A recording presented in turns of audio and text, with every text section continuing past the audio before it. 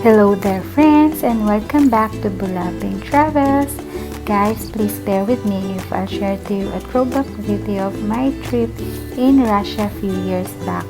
It's just so nice to keep memories like this on our channel. The Red Square!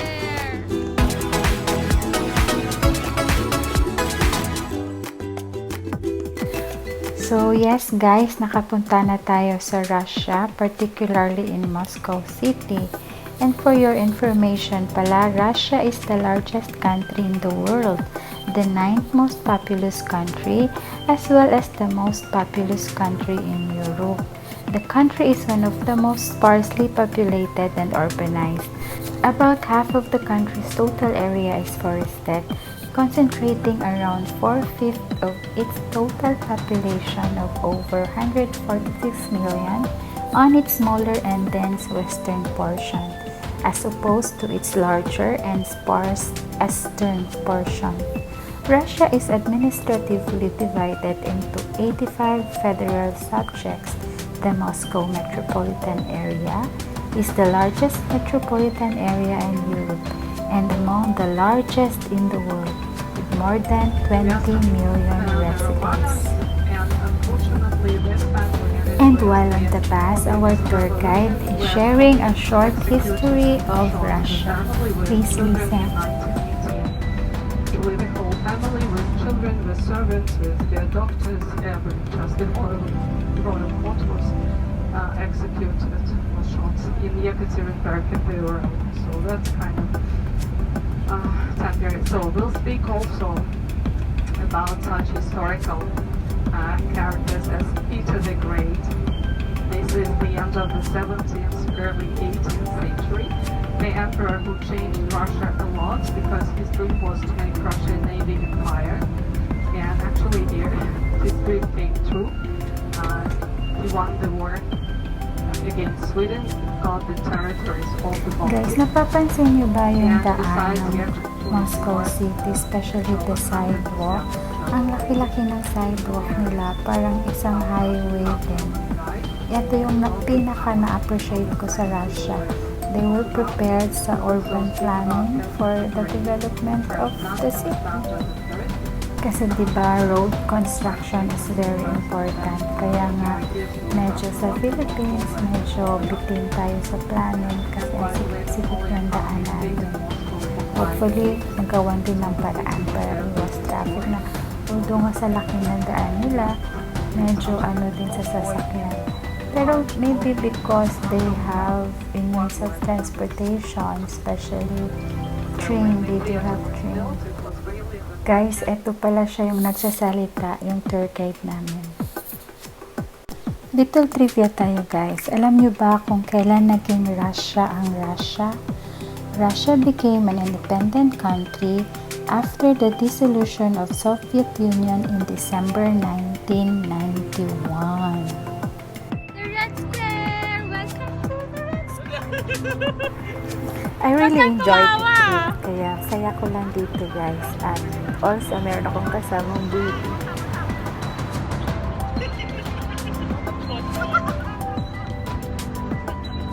That beautiful structure is St. Basil Cathedral. It's an Orthodox church in Red Square of Moscow and is one of the most popular cultural symbols of Russia.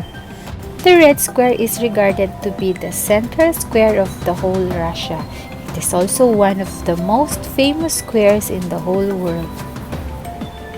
Here you can find State Hall Museum, Iberian Gate, Kazan Cathedral, Gum, Labno Mesto, Statue of Lenin, St. Basil's Cathedral, Lenin Mausoleum, and Kremlin Wall.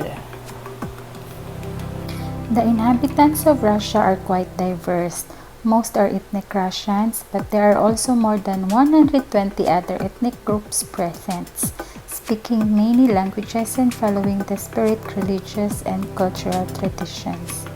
Most of the Russian population is concentrated in the European portion of the country, especially fertile regions surrounding Moscow and St. Petersburg are the two most important cultural and financial centers in Russia and are among the most picturesque cities in the world. Russia's climate is extreme, with forbidding winters that have several times famously saved the country from foreign invaders. Although the climate adds a layer of difficulty to daily life, the land is a generous source of crops and materials, including vast reserves of oil, gas, and precious metals. That richness of resources has not translated into an easy life for most of the country's people. However, indeed, much of Russia's history has been a grim tale of the very wealthy and powerful few ruling over a great mass of their poor and powerless compatriots. Russia history is rife with both booms and busts, one of which is the Soviet Union falls last December 1991. That was the time Soviet Union is dissolved. March 26, year 2000, Vladimir Putin is elected president and is re-elected a landslide in 2004. Putin is then re-elected as president in year 2012. Most of the Russians really believe it is very important for young people to know the history of their country.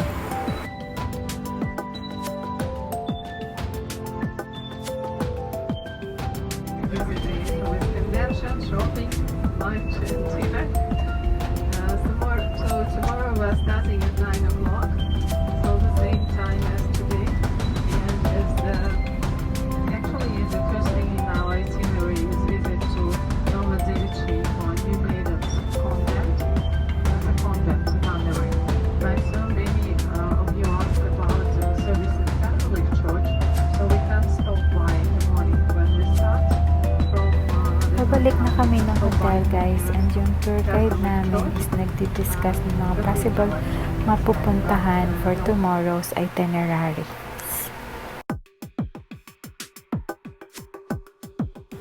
Ito naman yung loob ng Novodevichy Convent, or also known as Maiden's Monastery. Unlike other Moscow cloister, it has remained virtually intact since the 17th century, and in 2004, it was proclaimed a UNESCO World Heritage Site.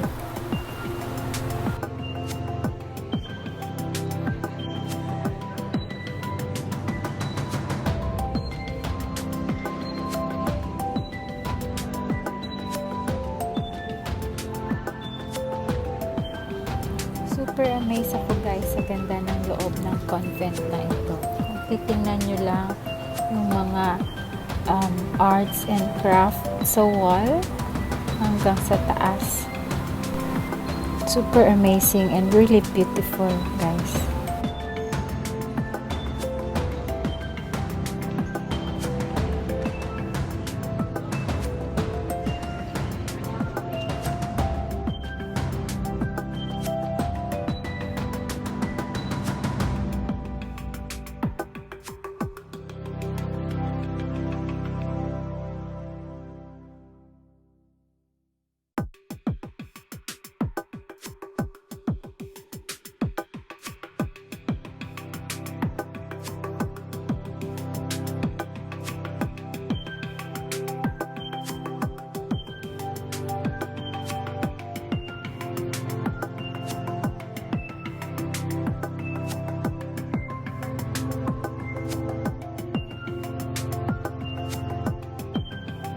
Ito naman yung Arbat Street guys. It's a pedestrian street about 1 kilometer long in the historical center of Moscow, Russia. The Arbat has existed since at least the 15th century, which make it one of the oldest surviving streets of the Russian capital. It forms the heart of the Arbat district of Moscow. Originally, the street formed part of an important trade route and was home to many craftsmen.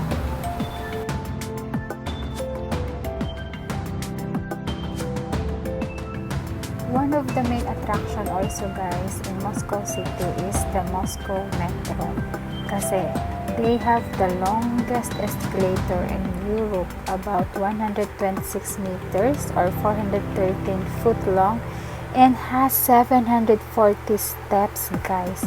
Ito na yata yung pinakamataas na escalator na nasakyan ko. Approximately 3 minutes, guys, pababa to papuntang Moscow Metro.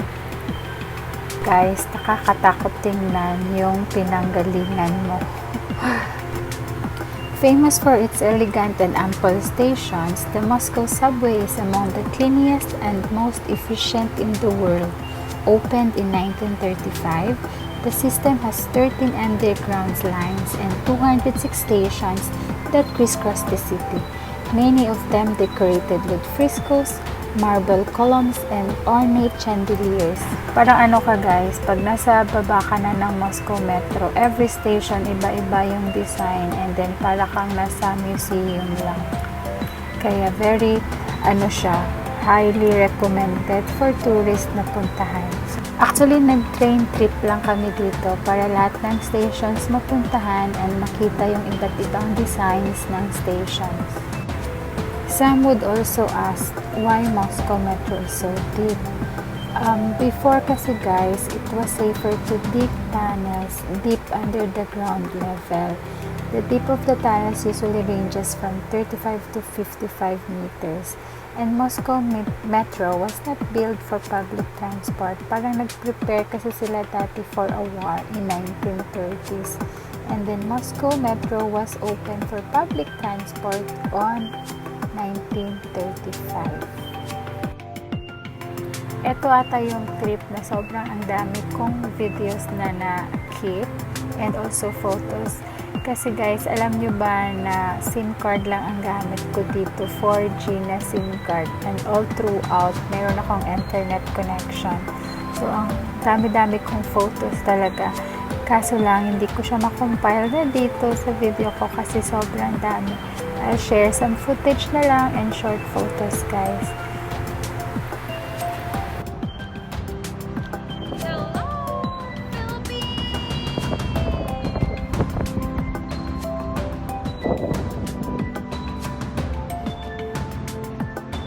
Very nice place.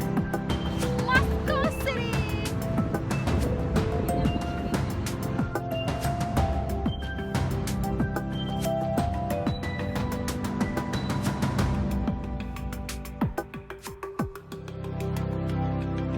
Another historic area of Moscow is the Triumphal Arc of Moscow. It was built in order to commemorate Russia's victory over Napoleon.